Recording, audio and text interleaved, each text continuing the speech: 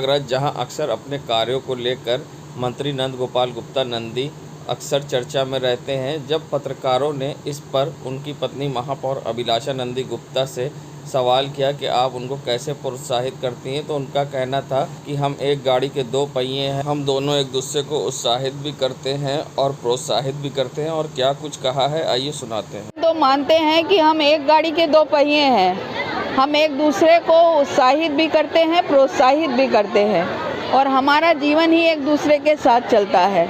तो हम दोनों कोई योजना बनाते हैं तो साथ बनाते हैं, और कोई कार्य करते हैं तो साथ करते हैं। तो इसलिए हम दोनों एक दूसरे का मजबूत स्तंभ हैं, और हमें लगता है कि हम दोनों साथ रहे तो जीवन में जो भी परेशानियां हैं, खुशियां हैं, और दूसरों के जीवन में आने वाली खुशियों को बरकरार रखने में सहयोगी भाव बनकर काम करते हैं। संगम नगरी प्रयागराज, जहां हर कोई दीपावली का पर्व धूमधाम से मना रहा है, तो वहीं इलेक्ट्रॉनिक मीडिया क्लब प्रयागराज में भी धूमधाम से दीपावली मनाई गई। साथ ही विधि विधान के साथ इलेक्ट्रॉनिक मीडिया क्लब के संयोजक वीरेंद्र पाठक व अध्यक्ष राजेंद्र गुप्ता ने पूजा अर्चना की और कई सदस्य पूजा अर्चना में शामिल भी हुए, जिसके बाद इलेक्ट्रॉनिक मीडिया क्लब के द्वारा सभी सदस्यों को उपहार देकर दीपावली की बधाई दी गई। इस मौके पर इलेक्ट्रॉनिक मीडिया क्लब के संयोजक वीरेंद्र पाठक, अध्यक्ष राजेंद्र गुप्ता, कोषाध्यक्ष पंकज श्रीवास्तव, सह कोषाध्यक्ष अरविंद सिंह, कार्यकारिणी सदस्य जवाहर जी, सैयद मोहम्मद आमिर, सदस्य अजीत सिंह चौहान, अभिषेक तिवारी, ललित सोनी, अनवर खान, नितेश सोनी मौजूद रहे, जहां सब ने इकट्ठा होकर क्लब में दीपावली के मौके पर दीपावली मनाई, तो साथ ही एक दूसरे को इस मौके पर बधाई भी दी। संगम नगरी प्रयागराज की पुलिस को मिली बड़ी कामयाबी, जहां पुलिस ने चारपहिया वाहन चोरी करने वाले गैंग के 4 लोगों को गिरफ्तार किया है, जहां एक फरार है। बता दें, एसपी सिटी संतोष मीणा ने प्रेस वार्ता करते हुए बताया कि ये लोग बड़ी गाड़ियों को चोरी करते थे और उनको ले जाकर बेचते थे। ऐसे में पुलिस ने अब इन 4 लोगों को गिरफ्तार किया है। इनमें से एक साथी इनका फरार है, जिसको जल्द ही पुलिस ने गिरफ्तार करने का दावा किया है। पुलिस ने इनके पास से 4 चारपहिया वाहन भी बरामद किए हैं और इनके पास से गाड़ी को चोरी करने में इस्तेमाल करने वाले औजार भी पुलिस ने बरामद किए हैं। पुलिस अब इनके खिलाफ विधिक कार्रवाई कर इनको जेल भेज रही है। वहीं एसपी सिटी संतोष मीणा बताया कि इनके काफ़ी लंबे आपराधिक इतिहास भी हैं। टाउन अंतर्गत एक बड़ी कार्रवाई करते हुए एक वाहन चोरी का गिरोह का पर्दाफाश किया है, जिसमें बड़े वाहन जो 4 व्हीलर वाहन हैं उनकी चोरी इनके द्वारा की जाती थी, और इनका बहुत ही लंबा चौड़ा आपराधिक इतिहास भी रहा है। इनमें 4 जो अभी पकड़े गए हैं उनका नाम इस प्रकार से हैं। शहनवाज, जो कि प्रतापगढ़ का रहने वाला है। इसके अलावा विनोद कुमार जायसवाल, जो होलागढ़ यहीं प्रयागराज का रहने वाला है। और इसके अलावा राजकुमार यादव, जो बिहार का रहने वाला है। और चौथा है हरीश है, वो गाज़ियाबाद का रहने वाला है। तो इस तरह की ये इंटरस्टेट गैंग इनकी चलाई जा रही थी इनके द्वारा, जिसमें एक अभियुक्त ऋषि नाम से है, वो धूमनगंज का है, वो अभी वांछित है। बाकी 4 की गिरफ्तारी की गई है। इनके पास से 4 गाड़ियाँ, 2 बोलेरो और 2 सेंट्रो गाड़ियाँ बरामद की गई हैं। इसके अलावा एक नीली बत्ती भी इनके पास से बरामद की गई है। बाकी इनके अलावा जो चाबियों के गुच्छे हैं जिनसे ये चोरी की गाड़ियों को खोलते थे, और बाकी औजार हैं जिनसे गाड़ियों को खोल के चोरी करते थे, वो मिले हैं। इनका आपराधिक इतिहास बहुत लंबा है। जो विनोद है उसके खिलाफ़ 21 मुकदमे हैं, जिनमें 20 तो प्रयागराज के हैं, बाकी एक बाहर के जनपद मिर्ज़ापुर का है। इसके अलावा शहनवाज है, उसके खिलाफ़ टोटल 16 मुकदमे दर्ज हैं। और तीसरा जो है राजकुमार यादव, जो बिहार का रहने वाला है, उसके खिलाफ़ 8 कुल मुकदमे दर्ज हैं। और चौथा है हरीश, उसके खिलाफ़ भी 5 मुकदमे दर्ज हैं। और इनके जो मुकदमे हैं वो ज़्यादातर वाहन चोरी से ही संबंधित हैं। इस प्रकार थाना जॉर्ज टाउन की जो टीम है, इसके जो मेंबर्स हैं उनके द्वारा बहुत ही बेहतरीन ये कार्य किया गया है।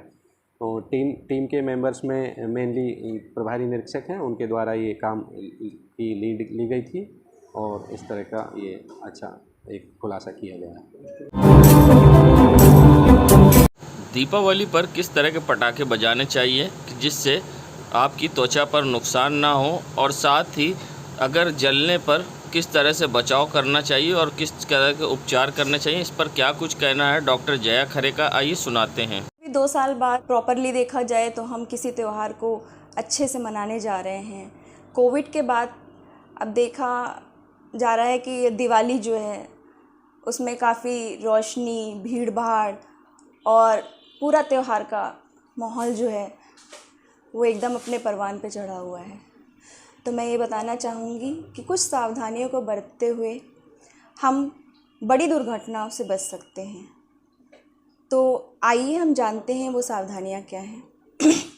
जैसे कि बच्चों में बहुत जोश होता है कि हमें पटाखे ख़रीदने हैं, तो आप बच्चों को अकेले ना जाने दें पटाखे ख़रीदने के लिए, और इवन वो जब जलाने जाएं तो भी किसी न किसी बड़े के गाइडेंस में ही जलाएं। पटाखा जब भी ख़रीदें तो वो किसी मान्यता प्राप्त दुकान से ही ख़रीदें, जिससे कि कोई ख़तरनाक पटाखा आपके घर ना आ सके। पटाखे इको फ्रेंडली होने चाहिए, जिससे कि वातावरण तथा आपकी त्वचा या कोई बीमारी जैसे दमा कई लोगों को होता है, वो सब परेशानियों का सामना ना करना पड़े। खुली जगह में, बड़ी जगह में पटाखे दगाएं, और जब भी दगाएं तो थोड़ी सी दूरी मेंटेन करके रखें, जिससे कि आपकी त्वचा और आँख, बाल बचे रहें। है कि इंस्टेंट अगर आप कोई आराम देना चाहते हैं जले हुए स्किन पे या जले हुए पेशेंट को, तो आप पानी सबसे पहले तो पानी ही डालें, और पानी के बाद हाँ जनरली लोग उसमें बर्फ़ लगाते हैं। बर्फ़ लगाने से क्या होता है कि वहाँ पे थक्का तो जम जाता है, लेकिन पेशेंट को जो एक जलन होती है वो कम करी जा सकती है। तो ऐसा कई बार देखा गया कि बर्फ़ लगाने से नुकसान तो होता है, लेकिन कुछ चीज़ें ऐसी होती हैं कि आपको सामने वाले को थोड़ा सा रिलीफ देना है, कर सकते हैं। बल्कि अगर हल्का जल गए हैं तो उसकी जगह पे आप नीम का तेल है, शहद है, नारियल का तेल है, तो ये लगा सकते हैं हल्की जलन को कम करने के लिए। लेकिन अगर इसी में अगर कोई ज़्यादा जल गया है, कपड़ा जैसे कि स्किन का काफ़ी बड़ा पोर्शन अगर जल गया है, तो उसके आप क्या करें कि सबसे पहले तो उसको कंबल में लपेट लें। पेशेंट को कंबल में लपेटने के बाद नज़दीकी अस्पताल में जाके उसको भर्ती कराएं। कपड़ा उतारने की कोशिश कतई ना करें, क्योंकि कपड़ा क्या होता है, जब वो स्किन से अगर चिपक गया है तो आप उसको हटाएंगे तो उससे स्किन का और जो डैमेज होगा वो ज़्यादा हो जाएगा। तो बेटर होगा कि उनको हॉस्पिटल में ही ले जाके सीधे एडमिट करा दें। मैं डॉक्टर जया खरे, कॉस्मेटोलॉजिस्ट हूँ। संगम नगरी प्रयागराज में अनाम स्नेह परिवार की ओर से एक प्रदर्शनी लगाई गई है। ये प्रदर्शनी मोमबत्तियों की है, जिसको 18 प्रकार की मोमबत्तियों को दिव्यांगों ने बनाया है, जो हर साल दिव्यांग लोग बनाते हैं और इसकी प्रदर्शनी लगाई जाती है, जिसको शहर के गणमान्य लोग आकर खरीदते हैं, जिसके कारण इन दिव्यांगों के घर दीपावली अच्छे से बनती है। इसी को बढ़ावा देने के लिए हर साल श्री नारायण ये आयोजन कराते हैं और प्रदर्शनी लगवाते हैं। ऐसे में किस तरह से प्रदर्शनी यहाँ पर लगवाई जाती है और किस तरह से दिव्यांगों द्वारा बनाए हुए सामान को यहाँ लगवाया जाता है और इसकी किस तरह से बिक्री होती है, इस पूरे मामले पर क्या कुछ कहना है श्री नारायण का, आइए सुनाते हैं आपको किस तरह से वो दिव्यांगों को खुद दिव्यांग होकर दे रहे हैं बढ़ावा। 18 प्रकार के जो है हमारे दिव्यांग साथियों ने मोमबत्तियाँ बनाया है, और हम लोग का ये मानना है व्यक्तिगत रूप से कि जिस तरीके से प्रधानमंत्री जी कहते हैं कि सभी लोग जो है आत्मनिर्भर बने, हम लोग सोचते हैं कि क्यों न जो है हम लोग का भी जो है देश के प्रति थोड़ा सा सहयोग रहे। इसी को देखते हुए हमारे दिव्यांग जो बच्चे हैं आज कई सालों से, विगत कई वर्षों से ये दीपावली पे जो है दीपक बनाते हैं, और ये जो दीपक है इस शहर के जो भी गणमान्य लोग हैं वो लोग आते हैं, उनको ये बच्चे गिफ्ट देते हैं, और बच्चों के घर में जितने बच्चे ये बनाते हैं आप देख रहे होंगे, इनके घर में बहुत अच्छे से दिवाली मनती है, और इसी जो है प्रदर्शनी के माध्यम से। संगम नगरी प्रयागराज, जहां दीपावली के पर्व पर कई बार पटाखों से आंखों में समस्या होती है और कानों को भी होती है, ऐसे में क्या कुछ कहना है डॉक्टर अभिषेक का, किस तरह से दीपावली पर आंखों का ख्याल करें और ख़ास तौर से किस तरह के पटाखों को ना बजाएं जिससे कि आंख और कान में समस्या ना हो, ऐसे में क्या बचाव के उपाय हैं और किस तरह से दीपावली मनाएं, ऐसे में क्या कुछ कहना है पूरे मामले में डॉक्टर अभिषेक का, आइए सुनाते हैं आपको।